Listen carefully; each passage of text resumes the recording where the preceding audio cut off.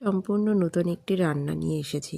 এটা হচ্ছে গাজরের হালুয়া। 500 গ্রাম গাজরকে ভালো করে ধুয়ে পরিষ্কার করে কদ্দুকাস করে নিয়েছি। সঙ্গে নিয়েছি চিনি, কাজু কিশমিশ, ঘি আর হচ্ছে দুধ।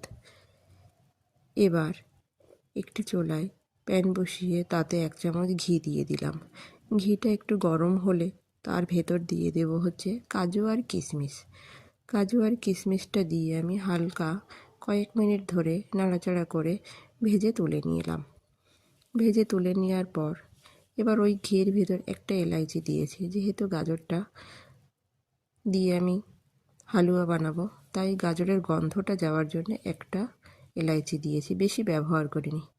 এবার গাজরটা দিয়ে মিনিট 5-7 একটু নাড়াচাড়া করে নেওয়ার পর উপর থেকে একটু পরিমাণ মতো সামান্য লবণ দিয়ে দেব, যাতে গাজরটা তাড়াতাড়ি ভাজা হয়ে যায় বা জলটা তাড়াতাড়ি টেনে যায়।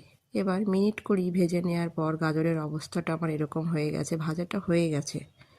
এবার দুধের সঙ্গে চিনিটা দিয়ে দিলাম, একটু হালকা মিক্সড করে নেব চিনিটা। এবার গাজরের ভেতর কাজু আর কিশমিশটা দিয়ে হালকা একটু নাড়াচাড়া করে যে চিনি আর দুধের মিশ্রণটা আমি দিয়ে দিলাম।